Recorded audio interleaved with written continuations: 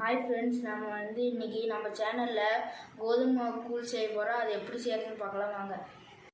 Friends, நம்ம இன்றைக்கி கோதுமை கூழ் செய்ய போகிறோம். அதுக்கு தேவையான பொருட்கள் என்னென்னு பார்க்கலாம் வாங்க.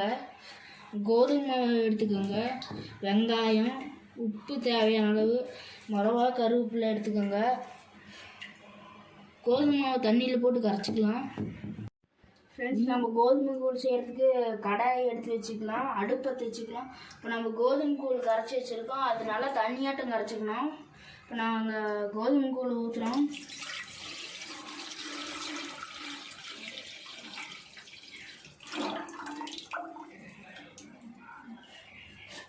இப்போ உப்பு ஆட் பண்ணிக்கலாம்,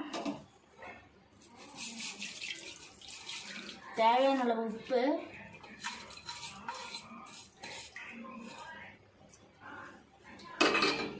தண்ணி தேவையான அளவு.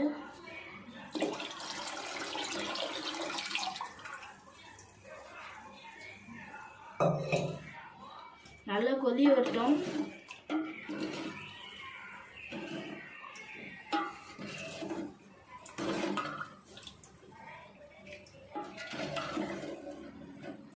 இங்கே பாருங்கள், கூழ் நல்லா கொதிச்சிருச்சு.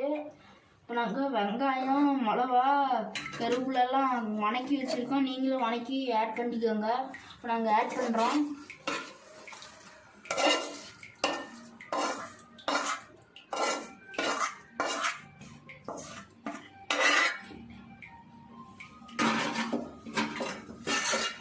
கிண்டிக்கலாம்,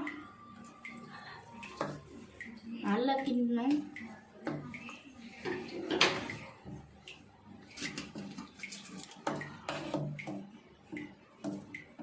இப்போ நம்ம கொத்தமல்லி தழை ஆட் பண்ணிக்கலாம், நல்லா மணமாக இருக்கும்.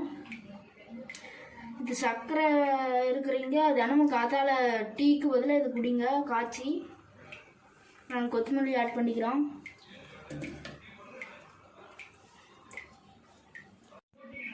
பாருங்கள், சுவையான கோதுமை கூழ் ரெடி ஆகிடுச்சு. நீங்கள் இது மாதிரி வீட்டில் செஞ்சு பாருங்கள்.